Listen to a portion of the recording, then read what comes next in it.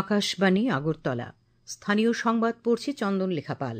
এখনকার বিশেষ বিশেষ খবর হল, মুখ্যমন্ত্রী অধ্যাপক ড মানিক সাহা আজ টেট উত্তীর্ণ 228 জনকে শিক্ষক পদে নিয়োগপত্র প্রদান করেছেন।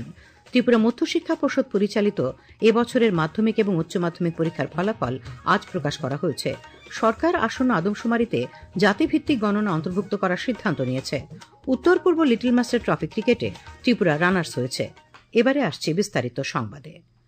মুখ্যমন্ত্রী অধ্যাপক ড মানিক সাহা আজ আগরতলার নজরুল কলাক্ষেত্রে আয়োজিত অনুষ্ঠানে টেট উত্তীর্ণ 228 জনকে শিক্ষক পদে নিয়োগপত্র প্রদান করেন। অনুষ্ঠানে তিনি বলেন, রাজ্য সরকার 2025 সালের মার্চ মাস পর্যন্ত স্বচ্ছ নিয়োগ নীতির মাধ্যমে ডাইন হার্নেস সহ মোট 17,554 জনকে চাকরি প্রদান করেছে।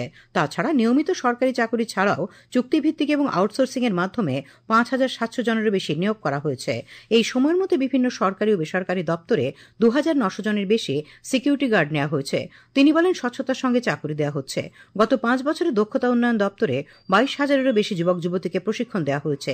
তাছাড়া রাজ্যের অগ্রগতিতে স্বসহায়ক দলগুলিও উল্লেখযোগ্য ভূমিকা পালন করছে। অনুষ্ঠানে মুখ্যমন্ত্রী শিক্ষক পদে নিয়োগপত্র প্রাপকদের শুভেচ্ছা জানান। আজকে যারা নিয়োগপত্র গ্রহণ করছেন 228 জন, তাদেরকে আমি রাজ্য সরকারের পক্ষ থেকে আন্তরিক শুভেচ্ছা অভিনন্দন জানাচ্ছি। আপনাদের কর্মজীবন সুন্দর উজ্জ্বল হোক, এই প্রত্যাশা আমি রাখছি। অনুষ্ঠানে অন্যান্যদের মধ্যে বক্তব্য রাখেন বিধানসভার মুখ্য সচেতক কল্যাণী রায়, শিক্ষা দপ্তরের বিশেষ সচিব রাভেল হেমেন্দ্র কুমার, বিদ্যালয় শিক্ষা দপ্তরের অধিকর্তা এনসি শর্মা প্রমুখ। উল্লেখ্য, আজ 228 জন চাকরি প্রাপকের মধ্যে স্নাতক শিক্ষক পদে 162 জন এবং অস্নাতক শিক্ষক পদে 66 জন নিয়োগপত্র পেয়েছেন। ত্রিপুরা মধ্যশিক্ষা পর্ষদ পরিচালিত এবছরের মাধ্যমিক এবং উচ্চ মাধ্যমিক পরীক্ষার ফলাফল আজ প্রকাশ করা হয়েছে। পর্ষদ সভাপতি ড ধনঞ্জয় গণচৌধুরী এক সাংবাদিক সম্মেলনে জানান, এবছর মাধ্যমিকে 25,673 জন উত্তীর্ণ হয়েছে। পাশের হার 86.53%। উচ্চ মাধ্যমিক পরীক্ষা উত্তীর্ণ হয়েছে 17,052 জন। পাশের হার 79.29%। মুখ্যমন্ত্রী অধ্যাপক ড মানিক সাহা, সাংসদ বিপ্লব কুমার দেব, বিদ্যুৎমন্ত্রী রতনলাল নাথ মাধ্যমিক উচ্চ মাধ্যমিক পরীক্ষায় উত্তীর্ণদের শুভেচ্ছা জানিয়েছেন। পর্ষদ সচিব দুলাল দে জানিয়েছেন, পর্ষদ থেকে 5 এপ্রিল মার্কশিট দেওয়া হবে।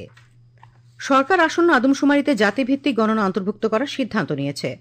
আজ প্রধানমন্ত্রী নরেন্দ্র মোদীর সভাপতিত্বে রাজনৈতিক বিষয়ক মন্ত্রিসভা কমিটি এই বিষয়ে সিদ্ধান্ত নিয়েছে।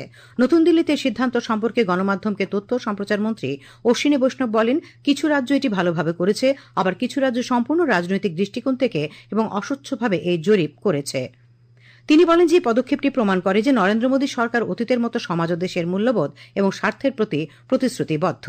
आज दिनांक 30/4/2025 के दिन प्रधानमंत्री श्री नरेंद्र मोदी जी के नेतृत्व में राजनीतिक विषयों की कैबिनेट समिति ने यह निर्णय लिया है कि जातियों की गणना को आने वाली जनगणना में सम्मिलित किया जाए। यह इस बात को दर्शाता है कि वर्तमान सरकार देश और समाज के सर्वांगीण हितों और मूल्यों के लिए प्रतिबद्ध है। অশ্বিনী বৈষ্ণব আরও জানান যে অর্থনীতি বিষয়ক কমিটি 22,864 কোটি টাকা ব্যয়ে শিলং থেকে শিলচর পর্যন্ত একটি নতুন মহাসড়ক প্রকল্প অনুমোদন করেছে। প্রথমবারের মতো গুয়াহাটিতে আয়োজিত উত্তর পূর্ব লিটল মাস্টার ট্রফি ক্রিকেট প্রতিযোগিতায় ত্রিপুরা রানার্স হয়েছে।